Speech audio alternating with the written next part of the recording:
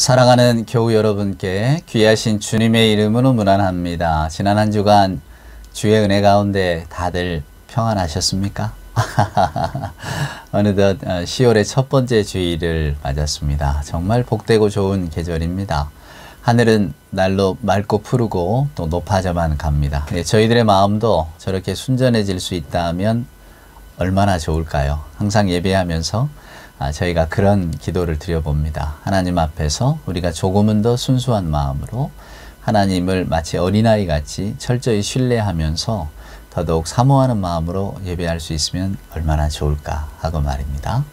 우리가 이렇게 늘 예배할 때에 저희들이 보통 얼굴 대하는 대면 예배라면 순서지도 있고 또 그러면서 여러분들이 이렇게 예배도 준비하실 텐데 그동안에 저희가 너무 그런 게 없어서 그냥 제가 말로만 하고 이렇게 예배를 드렸더니 그 찾을 시간이 없고 너무 빨리 지나간다 또 이렇게 말씀해 주시는 교우가 있었어요. 그래서 물론 자막에도 이렇게 넣겠습니다만은 먼저 예배 시작 전에 항상 제가 오늘의 찬송 또 오늘의 교독문 오늘의 성경 본문 이렇게 말씀을 드리고 그럼 여러분들이 잠깐 멈춤하셨다가 그걸 다 찾으신 다음에 다시 이렇게 또 예배를 이렇게 진행해 나가면 그러면 조금 여러분들이 좀 쉽게 예배를 준비하실 수 있지 않을까라는 생각이 들었습니다. 그래서 오늘부터는 여러분들께 이런 이야기도 좀 드리고 또 미리 순서도 좀 이야기를 말씀을 드리고요. 또 헌금을 어떻게 해야 됩니까? 라고 하는 또 이렇게 여쭈는 분도 계셔서 그냥 따로 이렇게 교회 헌금 계좌도 넣도록 하겠습니다. 그러니까 여러분 편안하게 예배를 준비하시면 되겠습니다. 자, 그럼 오늘의 찬송가는 453장입니다. 예수 더 알게 원함은 이거고요.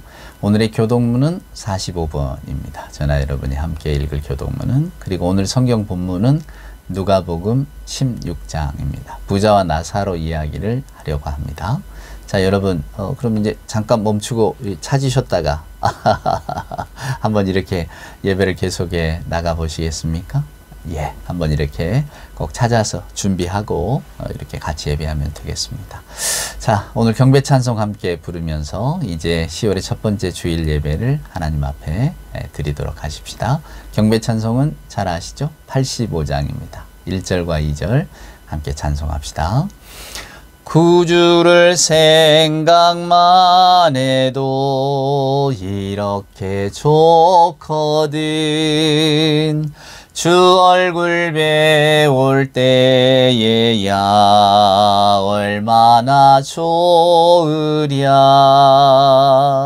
만민의 구주 예수의 귀하신 이름은 천지에 있는 이름 중 비할 데 없도다.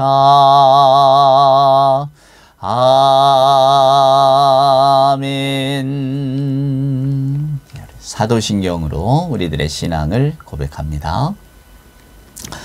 전능하사 천지를 만드신 하나님 아버지를 내가 믿사오며 그 외아들 우리 주 예수 그리스도를 믿사오니 이는 성령으로 잉태하사 동정녀 마리아에게 나시고 본디오 빌라도에게 고난을 받으사 십자가에 못 박혀 죽으시고 장사한 지 사흘 만에 죽은 자 가운데서 다시 살아나시며 하늘에 오르사 전능하신 하나님 우편에 앉아 계시다가 저리로서 산자와 죽은 자를 심판하러 오시리라.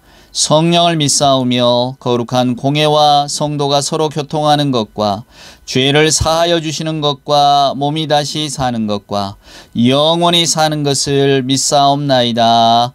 아멘. 성시를 교독하겠습니다. 오늘의 성시는 아까 말씀드린 것처럼 교독문 45번입니다. 자, 함께 할까요? 내 영혼아 여호와를 송축하라. 내 속에 있는 것들아 다 그의 거룩한 이름을 송축하라.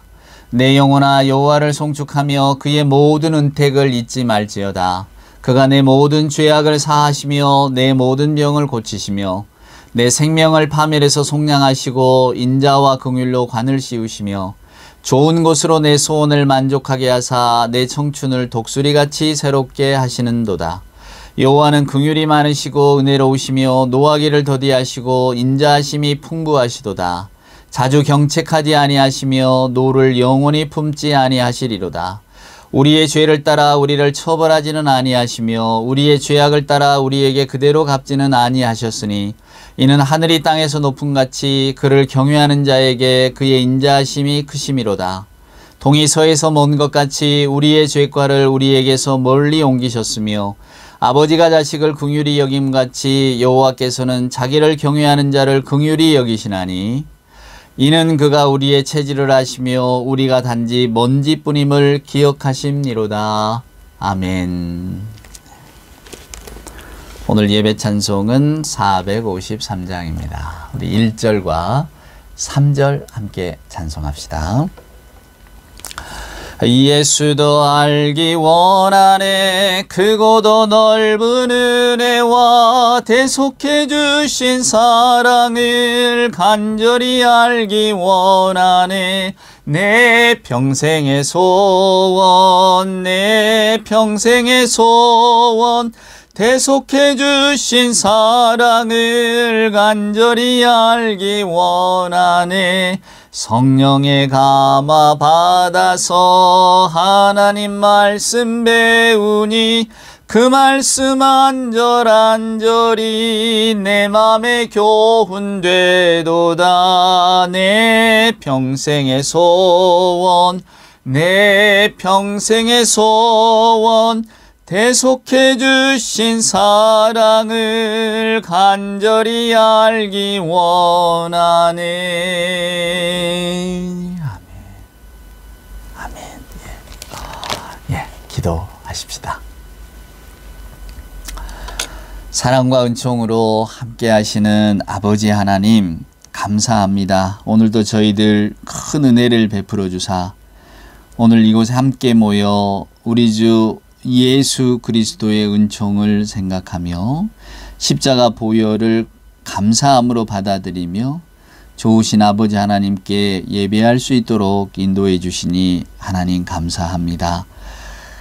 이 세상을 이처럼 사랑하사 우리 독생자 예수를 희생하신 사랑의 하나님, 저희들을 이처럼 사랑하사 아들 예수를 인간으로 보내신 사랑의 하나님, 하오나 저희들은 이 세상에 살면서 우리 주님을 멀리하고 우리 예수님을 저희들 사이에서 배척하였습니다. 사랑의 하나님, 먼저는 저희 모두의 마음에, 저희들의 가정에, 저희들의 직장에, 저희들의 인간관계 속에 우리 주 예수 그리스도를 다시 보내주옵기를 간절히 기도합니다.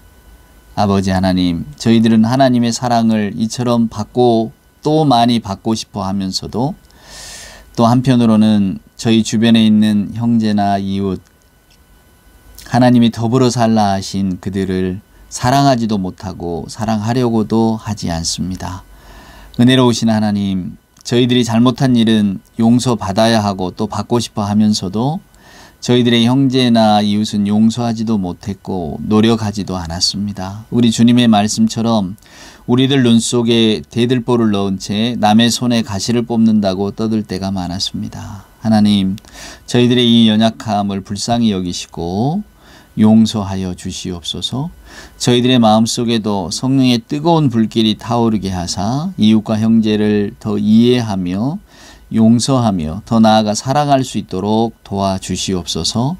저희들의 눈을 밝혀 주셔서 저희들이 얼마나 이기적인 존재인가를, 또 이웃이 얼마나 사랑스럽고 복된 존재인가를 깨달아 알게 하여 주시옵소서. 아버지 하나님, 다시금 우리에게는 하나님의 사랑이 필요합니다. 오늘 이 시간 우리 모두의 마음에 주의 사랑의 성령을 보내주셔서 저희들이 그 성령으로 말미암아 감동 감화받고 정말로 먼저는 나 자신과 그리고 우리를 둘러싸고 있는 이 세계와 아울러 더불어 함께 살아가는 모든 하나님의 자녀들을 다른 눈으로 바라볼 수 있도록, 우리 주님의 눈으로 바라볼 수 있도록 주여 도와 주시옵소서. 하나님, 이 예배 중에 주실 말씀을 저희가 사모합니다. 말씀이 저희들 심령 옥토에 떨어질 때에 그 말씀이 잘 자라게 하시고 참으로 30배, 60배, 100배의 결실을 맺는 귀한 말씀으로 우리의 생활 속에 자리하는 말씀 되게 하여 주시옵소서. 우리 구주 예수님의 귀하신 이름으로 간절히 기도드리옵나이다. 아멘. 오늘 우리에게 주시는 하나님의 말씀은 누가복음 16장에 있는 이야기를 계속해서 한번 읽어보도록 하겠습니다. 저희들이 지난 주일에 그 불의한 청직이라고 알려진 누가복음 16장에 있는 그 비유를 읽어보았습니다. 저도 뭐 몇 번 여러분께 이 말씀을 드린 기억이 납니다만은 그래도 읽다 보니까 또 재미있고 흥미로워서 그 다음 이야기를 계속해서 이 부자와 나사로 이야기를 읽게 되었는데, 오늘은 그 부자와 나사로 이야기를 이어지는 이야기니까 한번 읽어보도록 하겠습니다. 자, 여러분 누가복음 16장입니다. 자, 19절부터 한번 읽어볼까요? 한 부자가 있어 자색 옷과 고운 베옷을 입고 날마다 호화롭게 즐기더라. 그런데 나사로라 이름하는 한 거지가 헌데투성이로 그의 대문 앞에 버려진 채 그 부자의 상에서 떨어지는 것으로 배불리려 하며 심지어 개들이 와서 그 헌데를 핥더라. 이에 그 거지가 죽어 천사들에게 받들려 아브라함의 품에 들어가고 부자도 죽어 장사되매 그가 음부에서 고통 중에 눈을 들어 멀리 아브라함과 그의 품에 있는 나사로를 보고 불러 이르되, 아버지 아브라함이여, 나를 긍휼히 여기사 나사로를 보내어 내 손가락 끝에 물을 찍어 내 혀를 서늘하게 하소서. 내가 이 불꽃 가운데서 괴로워하나이다. 아브라함이 이르되, 예, 너는 살았을 때 좋은 것을 받았고 나사로는 고난을 받았으니 이것을 기억하라. 이제 그는 여기서 위로를 받고 너는 괴로움을 받느니라. 그뿐 아니라 너희와 우리 사이에 큰 구렁텅이가 놓여 있어 여기서 너희에게 건너가고자 하되 갈 수 없고 거기서 우리에게 건너올 수도 없게 하였느니라. 이르되, 그러면 아버지여 구하노니 나사로를 내 아버지의 집에 보내소서. 내 형제 5이 있으니 그들에게 증언하게 하여 그들로 이 고통받는 곳에 오지 않게 하소서. 아브라함이 이르되, 그들에게 모세와 선지자들이 있으니 그들에게 들을지니라. 예, 아멘. 여기까지 읽겠습니다. 저는 이 부자와 나사로 이야기를 가지고 많이 설교를 했습니다. 그 다섯 형제는 어찌 되었을까, 이런 제목을 가지고 설교를 한 적도 있고요. 하여간 이 에피소드, 이 예수님의 비유가 저에게는 굉장히 의미 있고 또 재미나게 들립니다. 여러분에게는 어떻게 들리시는지요? 오늘은 조금 다른 각도에서 한번 이 비유를 바라보려고 합니다. 비유니까요. 자, 한번 제가 드리는 이 이야기를 여러분 한번 잘 들어보십시오. 몇 해 전에 리틀 포레스트라고 하는 영화가 개봉된 적이 있었습니다. 작은 숲이죠. 예, 일본 원작입니다. 일본의 만화, 그걸 그대로 이제 영화로 옮겼다가 그것을 또 이제 우리나라의 임순례라고 하는 여성 감독이 또 그 영화로 만들었는데, 안 보셨다면 한번 보셔요. 아주 마음이 따뜻해지는 영화입니다. 내용은 이겁니다. 서울에 살고 있는 한 여자가 있습니다. 임용고시를 준비했는데 떨어졌어요. 근데 이 여자에게는 남자친구가 있었거든요. 같이 임용고시를 준비하는. 근데 그 남자친구는 합격을 합니다. 그러니까 이제 관계가 멀어지는 거죠. 편의점에서 아르바이트를 합니다. 이 여자는 살아야 되니까. 그래서 뭐 유통기한이 지난 음식을 먹고 또 그 추운 냉골에서 자고, 돈이 없으니까. 그러다 문득 내 고향으로 돌아가야 되겠다 생각합니다. 그래서 옛적에 어머니하고 같이 살았던, 지금은 아무도 살지 않는 경상북도 군위에 있는 자기 고향으로 돌아옵니다. 예, 그래서 거기에서 이제 밥해 먹고 사는 이야기예요. 쌀떡을 뒤져서 밥을 짓고 언 밭에서 배추 뿌리를 캐다가 배추국을 끓여 먹고 뭐 그러면서 영화가 쭉 전개가 됩니다. 물론 이제 고향에 남은 친구들도 있어서 같이 이제 더불어 지내면서 힘을 얻는 거죠. 그리고 이제 1년이 지난 다음에 다시 이제 서울로 돌아가는 장면. 과연 이 서울로 떠난 여자가 돌아올까 안 돌아올까, 예, 궁금하죠. 근데 영화는 아마 이렇게 돌아오는 것으로, 물론 뭐 분명하게 보여주진 않았지만 열린 결말로 돌아오는 것으로 이렇게 이제 그려 놓습니다. 저도 그 영화 참 재밌게 봤거든요. 마음도 따뜻해지고 또 그래, 맞다, 뭐 힐링이란 게 별거냐, 예, 저렇게 고향 같은 곳에서, 푸근한 곳에서 그냥 자연에서 나는 음식 먹고 사는 것이 힐링이지, 이렇게 생각했거든요. 그러면서 하여간 그 영화를 아주 따뜻하고 마음 좋게 봤는데, 문득 그런 생각이 들더라고요. 저게 실제 생활이라면 가능할까? 우리들의 실생활이라면 실은 영화가 어떻게 그려야 될까를 생각해 보게 됐어요. 실제 그런 일이 가능할까요? 그래서 문득 이런 생각이 들어지는 겁니다, 여러분. 저 영화에 나온 여주인공은 임용고시에 떨어지고 혹시 서울에서 그 혼자 자취하는 방에서 또 편의점 아르바이트를 하면서 겨울에는 불도 떼지 못하는 냉골 가운데 살면서 유통기한 지난 음식을 먹다가 거기서 좀 잘못된 건 아니었을까? 그래서 오히려 꿈속에서 자기가 자기 고향으로 돌아왔다면 어땠을까? 그런 걸 그린 건 아니었을까? 라는 생각이 드는 거예요. 그러니까 영화가 완전히 바뀌는 겁니다. 전에는 따뜻하고 그래 맞아 아둥바둥 도시에서 살 필요가 뭐가 있는가, 고향에 내려가서 살면 되지, 아주 따뜻한 영화야. 고향으로 돌아와서 그냥 다정하게 살자는 이야기구나, 큰 돈 벌지 않아도 그냥 다복다복 살자는 이야기구나, 그렇게 봤단 말이에요. 요즘 뭐 귀농하는 청년들도 많으니까. 근데 저게 만약에 환상이라면, 저 영화가 우리에게 보여주는 게 비유라면, 이야, 이게 달라지는 거예요. 그렇구나. 저것은 저 여자아이의, 저 여자 주인공의 환상이었구나. 결국 저 여자 주인공은 서울의 자취방에서 홀로 쓸쓸히 생을 마감하면서 저런 꿈을 꿨겠구나. 영화의 마지막에 보여주진 않지만 만약에 영화가 그런 장면을 보여줬다면, 뭐 이 아이의 뭐 어떤 그래 홀로 발견된 죽음 이런 걸 보여줬다면 영화는 정말 완전히 달라지고 우리들은 뭔가 쿵 맞은 것 같은 느낌이 들지 않았겠습니까?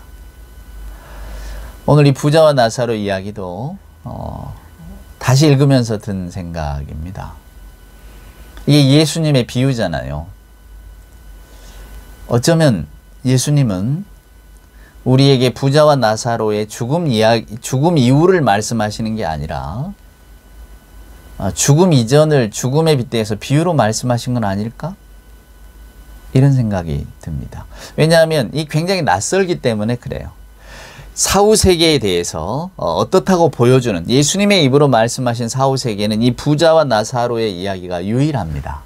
그저 천국에는 시집장가도 안 간다 뭐 이런 이야기만 예수님은 하셨지 구체적으로 이렇게 보여주시는 이야기가 없었거든요. 그래서 이제 많은 분들은 이제 대개 이제 교회를 다니시는 분들은 이제 이 본문만 읽고 맞아 천국은 뜨거운 곳일 거야. 그러니까 이 부자가 막 목이 말라서 물을 먹고 싶어도 못 먹는 곳이고 고통받는 곳이겠지. 또 큰 이렇게 구렁텅이 같은 이런 크레바스 같은 이런 갈림이 있어서 도저히 건너갈 수 없는, 하지만 서로는 이렇게 바라볼 수 있는 그런 곳인가 봐. 이제 이렇게 많은 분들이 생각을 합니다. 아주 나이브한 생각이시죠.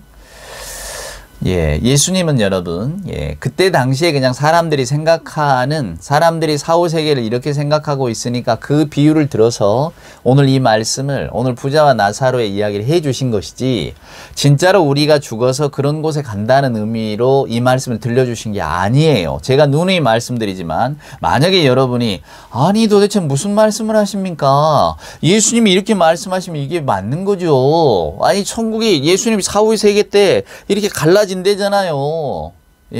그리고 아주 그 고통 중에 있대잖아요. 그러면 지옥이라는 곳이 이렇게 고통받는 곳이고 이미 나사로는 아버지 아브라함의 품에 안겨 있으니까 편안한 곳이고 뭐 그런 곳 아닙니까? 이제 이렇게 이야기를 하실지도 몰라요. 하지만 여러분, 이건 지금 예수님께서 하나님의 나라가 어떤 곳이다 라고 하는 것을 직설적으로 말씀하신 게 아니라 비유로 하신 말씀이고, 더군다나 이 말씀은 뭐 천국과 지옥에 관한 말씀도 아니에요. 분명히 16장을 읽어보면 계속해서 재물에 대한 이야기가 나옵니다. 여러분, 돈에 대한 이야기가 나온다니까요. 물질에 대한 이야기가 나와요. 그러니까 오늘 이 이야기는 거기에서 이어지는 이야기로 보셔야 돼요. 우리가 읽지 않았습니다만 그 앞에 구절을 보면 뭐 바리새인이 돈을 사랑한다, 또 뭐 불의한 청지기가 자기 유익만을 구하다가 결국은 이제 빚을 탕감해 준 이야기, 계속해서 돈과 관련된 이야기를 하신단 말이에요. 그러니까 이 부자와 나사로 이야기는 천국과 지옥에 관한 이야기가 아니고 재물에 관한 이야기고 물질에 관한 이야기예요, 여러분. 그래서 우리가 이걸 놓치시면 안 돼요. 만약에 여러분이 10번이라도 아니 예수님 말씀을 곧이곧대로 받아들여야지, 이건 천국과 지옥에 대한 이야기가 분명합니다, 이렇게 말씀하시고 주장하고 싶으시다면 예수님께서 밭에 숨겨진 보물을 주인에게 알리지 않고 몰래 가서 자기 걸 다 사고 자기 돈을 자기 가진 걸 다 팔아서 그 밭을 사고 왜냐하면 이 사람 지금 밭을 사는 게 아니잖아요. 그 안에 감추어진 보물을 사는 거지. 예. 사기꾼 아닙니까? 도둑이죠. 근데 예수님이 이걸 가르쳐 주셨단 말이에요. 그건 절대로 주인에게 솔직하게 말하지 말고 그걸 발견하거든 그냥 몰래 가서 사라. 또 뭡니까? 이렇게 값진 물건을 파는 진주 상인이 이 진주의 값어치를 모르고 팔고 있다 그 말이에요. 그러면 이 사람아 이게 얼마나 비싼 건데 이걸 이렇게 싸게 팔려고 내놓느냐 그러지 마라. 이건 엄청 비싼 거다.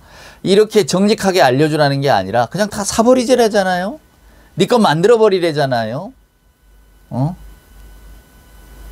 그러면 그때는 뭐라고 말씀하시겠습니까? 이거야 예수님이 하나님 나라의 기쁨에 대한 이야기를 하시려고 비유로 하신 거죠. 이렇게 말씀하시겠습니까? 비유는 비유로 읽으셔야 돼요. 그러니까 오늘 이 부자와 나사로 이야기도 비유입니다. 비유. 저도 어렸을 적에 주일학교 다녔잖아요. 주일학교 다닐 때 우리 선생님께서 이 부자와 나사로 비유하시면서 너희들 나쁜 짓 하고 못된 짓 하면 다 지옥 간단 말이야. 이 부자처럼. 그래서 고통받는다. 나사로처럼 비록 거지지만 착하고 선하게 살아야 하나님 나라에 간다. 하나님의 복을 받는다. 이런 이야기 들었다니까요. 주일학교 때. 그래서 그 이야기가 단 줄 알았어요. 근데 여러분이 지금도 만약에 이 이야기를 그렇게 알고 계신다면 이거 어떡합니까? 그래서 한번 귀를 기울이고 들여보세요. 이건 비유입니다. 비유. 자, 부자가 있어요. 근데 이 부자가 어떤 사람인지 알지 못합니다. 하여간 대단한 부자예요. 거지 한 사람이 있습니다. 근데 이 사람은 나사로라는 이름을 가졌어요. 부자에게는 이름이 없는데 거지에게는 이미 이름이 있는 것 자체가 벌써 예수님이 누구를 중심으로 이야기하시려고 하는지를 우리는 알 수 있습니다. 자, 거지 나사로가 뭐 먹을 게 없고 또 몸도 병들었고 쇠약했겠지. 그래서 이 부자의 문 앞에 그냥 누워 있었는데 부자는 본척만척 왔다 갔다 했다 그 말이에요. 땅에서 떨어진 음식도 안 주고 조그마한 자비와 적선도 베풀지 않았단 말입니다. 근데 두 사람이 뭐 거의 동시에 비슷한 시간에 이제 죽어서 하나님 나라에 갔습니다. 하나님 앞에 가보니까 하나님 앞에서 이제 평가를 받는 거예요. 근데 중요한 것은 여기 보면 예야, 테크논이라는 헬라어인데 아브라함이 저 부자를 부를 때도 예야라고 부릅니다. 물론 나사로는 말할 것도 없겠죠. 그러니까 야 이 나쁜 놈아 이렇게 부르지 않고 예야, 테크논 이게 그냥 뭐랄까요? 아저씨가 아이를 부르는 근데 그게 그냥 뭘 심부름을 시키거나 아니면 뭐 골탕 먹이려고 괜히 괴롭히려고 부르는 게 아니라 따뜻한 마음을 가지고 부르는 겁니다. 그러니까 마치 친척 아저씨가 조카를 부르듯 뭐 하여간 요렇게 부르는 거예요. 얘야 다정하게 부르는 이야기예요. 그러니까 결국은 이 부자를 비난하려고 하는 말씀은 아니라고 하는 것을 우리는 짐작할 수가 있어요. 왜냐하면 앞에 부자에 대해서는 별반 말씀이 없거든요. 이 사람이 나쁜 사람이었다거나 이 사람이 그냥 가난한 사람들의 재산을 착취했다거나 남을 속여서 그냥 내 재산을 불려갔던 그런 사람이라든가 이런 말씀이 전혀 없습니다. 그냥 부자는 부자일 뿐이에요. 거지는 거지일 뿐이고 거지 나사로도 마찬가지예요. 그가 살아생전에 의인처럼 살다가 혹은 그냥 남 도와주기 좋아해서 다 퍼주다가 나중에 결국은 빈털터리가 돼버렸다. 지금 그런 이야기도 아무것도 없습니다. 그냥 부자와 거지만 등장할 뿐이에요. 근데 이 거지는 부자의 문 앞에 누워 있었는데 부자는 거들떠도 보지 않았다. 이게 이 이야기의 전부입니다. 여러분. 그리고는 이제 죽었더니 죽음 앞에 이제 죽고 나니까 그 다음 이야기가 펼쳐지는 거예요. 부자는 고통스러워하고 뭘 좀 이렇게 달라고 하는 우리가 생각하는 지옥 같은 곳에 떨어져서 고통받고 있는데 이 거지 나사로는 아브라함의 품에 안겨서 이미 따뜻하고 좋은 우리가 쉽게 생각할 수 있는 천국 같은 곳에 살고 있다 그 말이에요.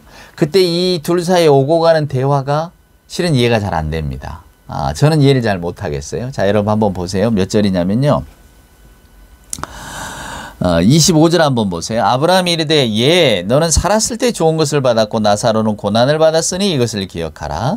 그는 이제 여기서 위로를 받고 너는 괴로움을 받느니라. 만약에 여러분 이 대목을 가지고 그래서 부자는 살아서는 행복했지만 죽어서 고통받고 거지 나사로는 살아서는 불행했지만 죽어서는 복을 받고 행복해한다. 요런 식으로 이제 만약에 이야기를 한다고 해 봅시다, 여러분. 그래서 이런 것이 인생입니다 라고 이야기할 때에 제가 여러분께 이렇게 물어보겠습니다. 여러분은 어떻게 답변하실까? 자, 그래서 여러분은 자, 우리는 지금 이 땅에 살고 있잖아요. 이 땅에서 부자로 살고 싶으십니까? 거지 나사로로 살고 싶으십니까? 양자택일입니다. 반드시 하나를 택해야 된다면 여러분은 뭘 선택하시겠습니까? 이렇게 묻겠습니다. 좀 질문이 잔인한가요? 잔혹합니까? 너무 그냥 둘 중에 하나를 고르라니까 고를 수가 없나요? 아닙니다. 왜 잔인하게 들리느냐면 정답은 내가 뻔히 알고 있는데 그렇게 말하면 안 되기 때문일 겁니다. 정답은 뭡니까? 정답은 1번이죠. 부자로 살고 싶은 게 우리들 마음 아닙니까? 아닌가요, 여러분? 저라면 아마 부자의 삶을 택할 것 같아요.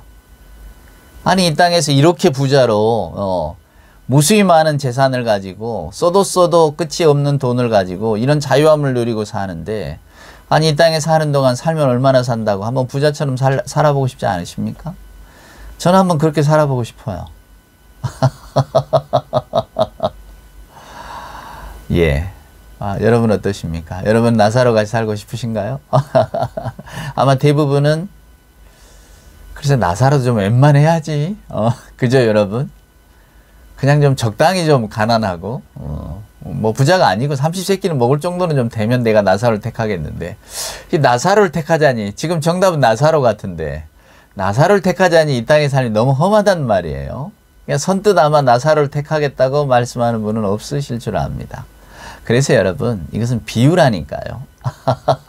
예수님이 무슨 말씀을 하시는가를 파악을 하셔야 돼요. 자, 오늘날의 세계는 이렇게 부자처럼 사는 사람을 잘 산다고 이야기합니다. 잘 사는 게 꼭 재물이 많아서가 아니고 그냥 현대 세계에 잘 적응해서 현대 세계에 맞는 인간관으로 살아간다, 이렇게 봅니다. 그러니까 자기 일에 성실했겠죠. 그러니까 부자가 됐겠지. 그냥 부자가 거저되는 건 아니니까 자기 일에 성실했겠지. 그리고 뭔가를 하여간 많이 모으려고 노력을 했겠죠. 그리고 머리도 막 빨리빨리 굴렸을 것이고 재산을 불리려고 그랬어요. 우리가 그러는 것처럼 우리도 사회에서 성공하고 싶고 사회에서 인정받고 싶고 노후도 좀 편안해지고 싶고, 그게 다 우리들 마음 아닙니까? 그러기 위해서 우리가 하루하루 그냥 성실하게 삽니다. 여러분도 그렇고 저도 그렇고 모두가 다 그래. 대부분의 사람들은 될 대로 되라, 내 인생은 다 망쳤다, 이렇게 그냥 포기하듯 살아가는 사람은 많지 않거든요. 극단적인 삶이기 때문에 가끔 매스컴에 나오고 뭔가 이렇게 카메라가 들이대면 우리가 다 깜짝 놀라는 것이죠. 그냥 대부분의 일반 시민들은 그렇게 살지 않습니다. 나름대로 세상에 대한 소망도 있고 또 잘 살아보고자 하는 욕망도 있기 때문에 나름 성실하게 살고 또 머리 막 굴려 살고 어떻게든 돈을 더 많이 벌어보고 어떻게든 좀 명예를 더 얻어보고자 그렇게 발버둥치며 삽니다. 그게 우리들의 삶이에요. 그게 지금 예수님의 비유에 등장하는 이 부자의 삶입니다, 여러분. 그래서 부자는 그렇게 살아가고 있어요. 거지 나사로는 말할 것도 없습니다. 현실의 삶이 너무 비참해, 너무 힘들어. 오늘 성경 말씀처럼 이 땅의 삶을 저렇게 힘들게 살았는데 그에게 만약에 어떤 위로가 주어지지 않는다면 이거 너무한 거 아니야? 저는 늘 여러분께 말씀드렸습니다. 우리 하나님은 모진 분이 아니시라고. 우리 하나님은 자비하신 아버지시지 괴롭게 창조물을 놔두시고 즐거워하시는 그런 분은 아니시단 말이에요. 그러니까 하나님께서 너 고통받았는데 어떡하냐? 너는 죽어서도 고통 좀 받아라, 이렇게 말씀하실 분이 아니라는 이야기입니다. 그러니까 오늘 이 거지 나사로에게 주신 말씀, 너 살았을 때 고생 많이 했다. 근데 이제 죽어서는 좀 편안할 거야. 죽어서는 쉼이 있을 거야 라고 하시는 말씀은 우리 모두에게 주시는 위로의 말씀이지 살 때 힘들게 산 사람 무조건 나중에 가면 좋아진다, 이런 말씀은 아닐 줄 압니다. 왜냐하면 우리 기독교 복음이라는 것 자체가 인과응보의 복음이 아니잖아요. 저나 여러분이 하나님 앞에서 선해서 하나님 앞에서 칭찬받을 만한 일을 많이 해서 하나님께서 거기에 대한 보응으로 저나 여러분에게 하나님의 자녀가 되는 권세를 주시고 하나님의 나라로 이렇게 이끌어 주시는 그런 은총을 베푸시는 게 아니잖아요, 여러분. 하나님의 은총이 먼저잖아요. 그러니까 오늘 저와 여러분이 이 부자와 나사로의 이야기를 이렇게 볼 때에 우리는 어느 정도는 부자고 어느 정도는 나사로일 수도 있죠. 어느 한쪽으로 쏠려 있는 사람은 거의 없을 거다, 그 말입니다. 그런데 오늘 예수님께서 오늘 이 부자에게 주신 말씀, 결국 오늘 본문의 이야기는 부자에게 주신 말씀이거든요. 부자의 이야기가 훨씬 길어요. 거지 나사로는 한마디 말도 안 해요. 부자하고 계속 왔다 갔다 이야기를 주고받으십니다. 그러니까 오늘 이 본문의 주인공은 예수님과 이 아브라함 이제 예수님과 이 부자란 말이에요. 근데 이제 부자가 막 계속해서 살 때처럼 이야기하는데 오늘 제 눈에 확 들어오는 말이 있었습니다. 그건 뭐였냐면 여러분 한번 보세요. 24절의 마지막입니다. 자, 내가 이 불꽃 가운데서 괴로워합니다. 내가 이 불꽃 가운데서 괴로워합니다. 여러분 불교에는 화엄지옥이라는 곳이 있습니다. 그런 개념이. 물론 이거는 불교에 고유한 게 아니에요. 다 도교에서 따온 거예요. 왜 여러분 들어보셨잖아요. 뭐 껍질이 다 벗겨지는 거. 막 바람이 칼날처럼 불어서 이 살을 다 점인되잖아요. 그러면 맨 처음에 이게 터져서 피가 날 거 아닙니까? 근데 피가 다 빨려 나가고 그 다음에 가죽이 다 벗겨진대잖아요. 얼마나 추운 바람이 불면 그러겠습니까? 그러면 이게 다 떨어져 나가면 사람이 죽잖아요. 그럼 죽을 지경에 이러면 또 어떻게 되느냐? 살이 다시 와서 붙어요. 피가 채워지고. 왜? 또 해야 되니까. 불교가 말하는 지옥도는 이런 겁니다. 아수라죠, 아수라. 예, 그 가운데는 이게 시간이 지나도 꺼지지 않는 영원히 타는 불지옥이 있어요. 화염지옥. 이제 우리는 그런 것들을 어찌됐건 우리 한국의 전통 문화라는 게 다 도교 뭐 이러면서 내려오는 거 아닙니까? 소위 말하는 샤머니즘 이런 것들이. 그러니까 우리는 어려서부터 아버지, 어머니, 할머니, 할아버지로부터 그냥 이런 이야기를 무시로 들어왔단 말이에요. 그걸 우리가 믿든 안 믿든지 간에. 그러니까 그런 이야기들 속에 우리의 어떤 전통 문화가 젖어 있기 때문에 우리도 지옥 가면 뜨겁고 근데 마침 여기 보니까 이 부자가 뜨겁다는 이야기를 하니까 맞단 말이야. 지옥은 그런 곳이야. 뜨거운 곳이야. 막 이렇게 이제 상상하기가 쉬운데 말씀드린 것처럼 그것은 우리들의 상상일 뿐이고요. 오늘 성경은 거기에 대해서 일절 말하지는 않습니다. 그것은 우리가 알 필요가 없기 때문에 몰라도 되는 이야기이기 때문에 굳이 말씀을 안 해주신 거예요. 알 필요가 없는 거 말씀 안 해주시는데 우리가 왜 거기에 궁금증을 갖습니까? 그래도 인간적으로 궁금하다고요? 궁금증을 가질 수 있지만 해답은 찾을 수 없어요. 그러니까 만약에 그 해답을 나는 알고 있다. 뭐 성경 말고 다른 곳에서 우리가 유추할 수 있다. 혹은 성경 구절의 어떤 구절을 떼서 막 이렇게 침소봉대하듯이 크게 만들어서 이 내용이 이런 거야 라고 이렇게 갖다 붙이는 것. 여러분 다 이단이라고 보시면 됩니다. 뭐 2단이니 3단이니 결국은 거짓 가르침이거든요. 그건 정통 성경에는 나와 있지 않아요. 그러니까 여러분이 비겁합니다. 모르니까 그런 대답하는 거 아닙니까? 예, 성경에 나와 있지 않더라도 어떻게든 설명을 해 주셔야지. 예, 저도 그러고 싶죠. 이게 인간의 학문이라면. 사람의 책이라면 저도 저의 상상을 깃들여서 이야기해주고 싶습니다. 성경에 이런 구절은 이렇게 해석하시라고. 근데 이게 성경이잖아요. 하나님의 말씀이잖아요. 근데 어떻게 함부로 우리가 해석할 수 있겠습니까? 그저 허락하시는 데까지만 가는 거죠. 그러니까 오늘 이야기도 마찬가지입니다. 아니 당신이 말한 이 부자와 나사로 비유가 진짜인가? 이렇게 물어보면 저는 따로 드릴 말씀은 없어요. 이게 진짜고 가짜인지 누가 판단합니까? 말씀하신 예수님만이 판단하실 분이 있죠. 그죠? 우리는 예수님이 아니잖아요. 그러니까 옳다 그러다 말할 수는 없는 거예요. 단지 예수께서 이런 뜻으로 말씀하셨을지도 몰라 라고 하면서 추측하는 거죠. 자, 부자 이야기로 돌아가 봅시다. 오늘 부자가 뭐라고 말합니까? 내가 이 불꽃 가운데서 괴로워합니다. 자, 불꽃은 뭐고 괴로운 건 뭘까요? 저는 이 부자에게 있어서 불꽃은 죽은 후에 가는 어떤 세계의 어떤 장소가 아니라 지금 그가 살아있는 곳이라고 생각합니다. 그는 비록 부자로 살고 있지만 그가 살고 있는 곳은 불꽃 같은 곳입니다. 뜨거워요. 그가 언제 타버릴지 몰라요. 그러니까 항상 마음에 불안감이 있는 겁니다. 여러분 2000년 전에 고대의 세계로 꼭 돌아가시기를 제가 말씀을 드립니다. 지금 여러분의 눈에서 보지 마시고요. 그때에는 뭐 여러분 하루를 기약할 수 없는 게 삶이잖아요. 언제 질병이 닥칠지, 언제 전염병이 닥칠지, 언제 전쟁이 일어날지 아무도 모른단 말이에요.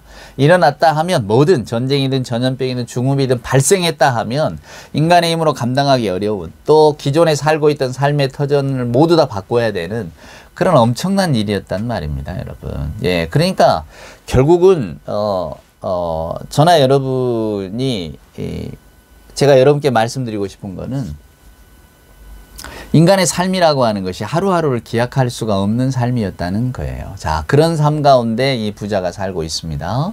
근데 오늘 이 부자의 고민이 여러분 뭘까요? 채워지고 또 채워지는 게 고민일까요? 채워져도 채워진 걸 가지고 써도 아무리 써도 내가 다 쓰지 못한다. 이게 고민일까요? 아닐 것입니다. 그는 이미 부자로 살아보았어요. 물질의 풍부한 가운데 살아보았습니다. 더 풍부함을 얻으려고 애도 많이 썼겠지. 근데 문득 그런 생각이 들지 않겠습니까? 이러다가 내 인생은 이렇게 망치는 것인가? 내 인생은 이렇게 끝나는 것인가? 그는 삶에 대한 근본적인 불안감이 있었을 겁니다. 물론 물질이 주는 불안감도 있겠죠. 우리의 속담에도 아무것도 없고, 그죠? 아무것도 없는 사람 발 뻗고 잡니다. 도둑 걱정 없으니까. 그러니까 맞은 사람이 오히려 발 뻗고 자잖아요. 때린 놈은 못 자도 말이에요. 불안하니까. 맞은 사람은 그냥 잡니다. 그걸 복수할 것인지 받아들일 것인지 넘어갈 것인지 내가 결정하면 되는 거니까. 분노가 끌어올라서 물론 잠 못 이루는 분도 있겠지만 적어도 때린 자보다는 더 잘 주무신다 그 말이에요.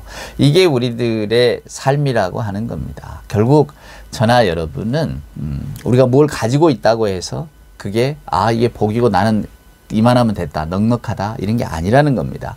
가지면 더 가지고 싶고 더 가지면 뭐가 됩니까? 영원히 가지고 싶고. 영혼이라고 하는 것이 우리 시간하고의 반대말이잖아요. 유한한 인생과는 반대 아닙니까?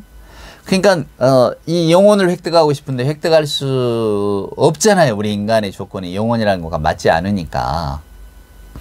그러니까 거기로부터 오는 불안과 괴리감이 있는 겁니다. 안타까움이 있고 삶의 허무가 있는 거예요. 허망함에 젖는 겁니다. 그럴 때 인간의 마음이 어떨까? 여러분은 살면서 몇 번이나 나는 내 인생의 삶이 이렇게 끝나는가? 아니면 내 삶의 어떤 것들을 이렇게 정리하나? 이렇게 생각해 보신 경험이 있으십니까? 저는 뭐 교통사고도 당해봤고 물론 제가 뭐 크게 다친 건 아닙니다만 막 차가 빗길에 미끄러지기도 하고 중앙선을 넘어가기도 했거든요. 근데 그런 짧은 순간에 이제 죽었구나 이런 생각들을 몇 번 했었어요. 또 강릉에 살 때는 루사라고 하는 큰 비도 맞았잖아요.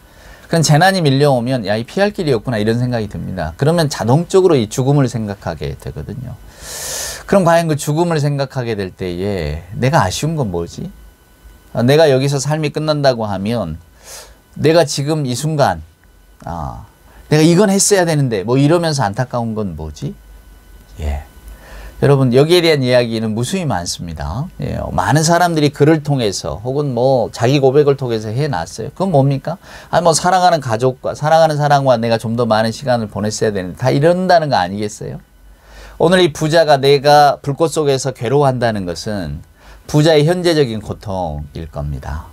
부자는 채워진 것 같고 내가 많이 누리고 있는 것 같지만 그의 삶이라고 하는 것은 마치 불꽃 속에 있는 것 같은 괴로움인 거예요.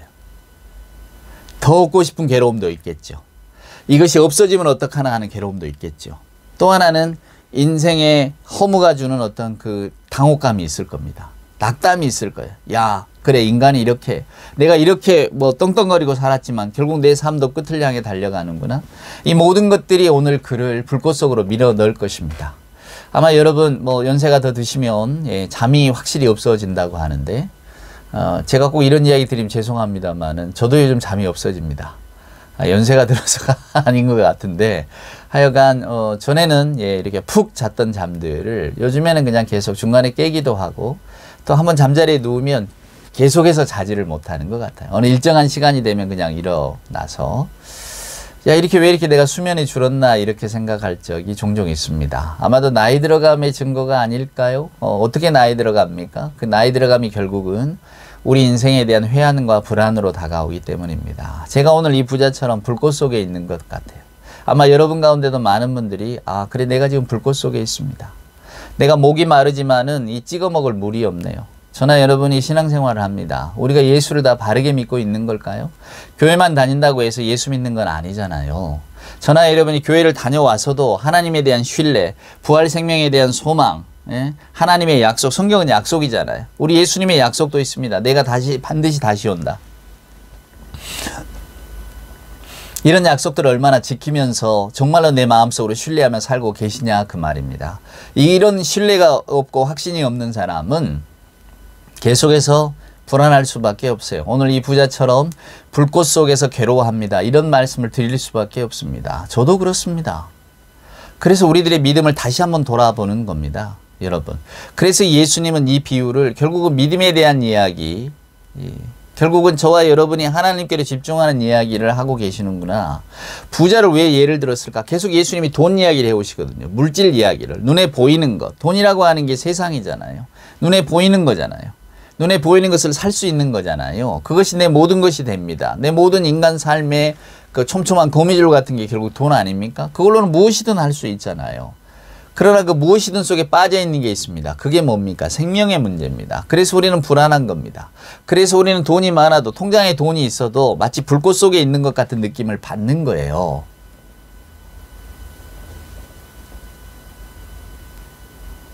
오늘 이 부자가 내 형제 5이 남았으니까 좀 나사를 좀 보내달란 말합니다. 그때 아브라함이 딱 잘라 거절하죠. 뭐라고 거절합니까? 모세와 선지자가 있다. 성경이 있다 그 말이에요. 성경 보고 믿으라 그 말입니다.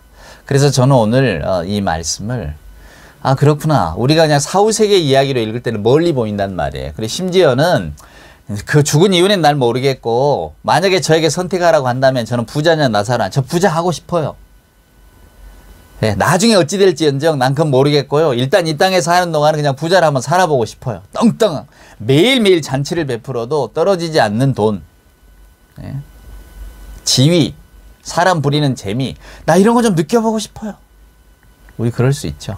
근데 여러분 이것을 오늘날의 현실의 세계로 예수님이 비유를 사후의 세계에 대한 이야기를 하시면서 실은 현실에 대한 이야기를 하셨다라고 생각해 보세요. 아까 제가 서두에 리틀 포레스트라고 하는 그 영화를 보면서 그런 생각을 했다고 말씀드렸잖아요. 그러면 완전히 이야기가 바뀌는 것처럼 오늘 이야기도 마찬가지입니다. 우리는 부자와 나사로 이야기는 재밌게 읽었지만 혈관화 해석은 멀리 미뤄두고 있었을 겁니다. 근데 여러분 그게 아닙니다. 이것을 오늘의 현실로 생각하세요. 그러면 지금 저나 여러분은 불꽃 가운데 있어서 목말라 합니다. 제발 이 물 한 방울 좀 찍어주세요 해도 찍어주지 않고 성경 말씀을 보고 회개하라 돌이키라 말씀합니다. 여러분 너무 부자의 삶에 집착하지 말자고 저는 말씀드리고 싶습니다. 부자라는 게 꼭 물질의 부자만을 말하는 게 아닙니다.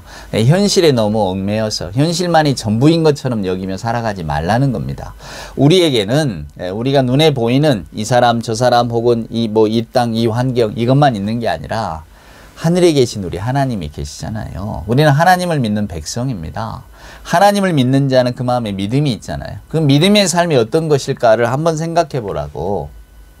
오늘 이 부자는 자기 문 앞에 누워있는 나사로를 거들떠 보지도 않았습니다. 근데 여러분 한편 생각해 보면 이 부자가 그렇게 나쁜 사람은 아니에요. 만약에 제가 좀 괴팍스러운 부자였고 하여간 제가 저밖에 모르는 부자였다면 저는 집에 부리는 하인들에게 당장 나사로를 치우라 그랬을 겁니다. 왜 하필 내 집 앞에 누워있냐고 보기 싫게 말이야 힘들게 치워라 그랬을 겁니다. 근데 오늘 이 부자는 그런 명령 내리지 않아요.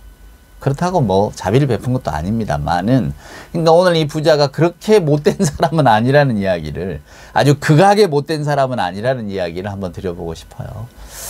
왜냐하면 지금 우리에게 빙의해 있잖아요. 우리가 지금 현실의 삶이고 오늘 예수님이 이거 우리에게 들려주신 이야기야. 우리가 마치 부자처럼 현실의 삶에만 이렇게 너무 매여 사는구나. 하나님은 계신지 안 계신지 하나님의 세계, 오늘 이 사후세계는 하나님의 세계잖아요. 하나님의 세계가 있는 것인지 없는 것인지 도대체 이 땅에서 하나님의 백성으로 살아간다는 의미가 뭔지 우리는 다 밀어놓고 있었단 말이에요. 근데 오늘 예수님의 이야기가 우리를 그 속으로 확 끌어당깁니다. 자, 우리 앞에 있습니다.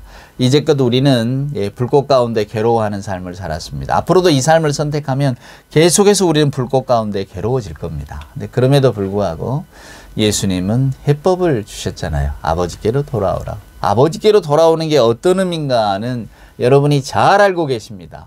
만약에 저에게 어떤 게 아버지께로 돌아가는 겁니까? 라고 물으신다면 저는 딱 한마디로 핑계대지 마세요 라고 이야기하고 싶어요. 다 핑계입니다. 우리가 하나님이 기뻐하신 일이 어떤 것인가 모르는 사람 아무도 없습니다. 우리는 단지 그 길을 가기 싫을 뿐이에요. 왜냐하면 우리에게는 거지 나사로보다는 부자의 삶이 훨씬 매력적이기 때문입니다. 그러나 오늘 예수님의 비유를 생각하십시오. 오늘 예수님은 저와 여러분에게 하나님의 나라, 하나님의 세계를 꼭 생각하라고. 하나님이 이 세상의 주인이시라고. 결국 우리는 하나님께로 돌아간다라고 하는 사실을 알고 살아가라고 오늘 이 본문의 말씀을 주신 겁니다. 내가 불꽃 가운데 괴로워하나이다. 이것이 우리의 고백이 될 때에 저와 여러분은 훨씬 더 하나님께로 가까이 가게 될 것입니다. 기도하시겠습니다.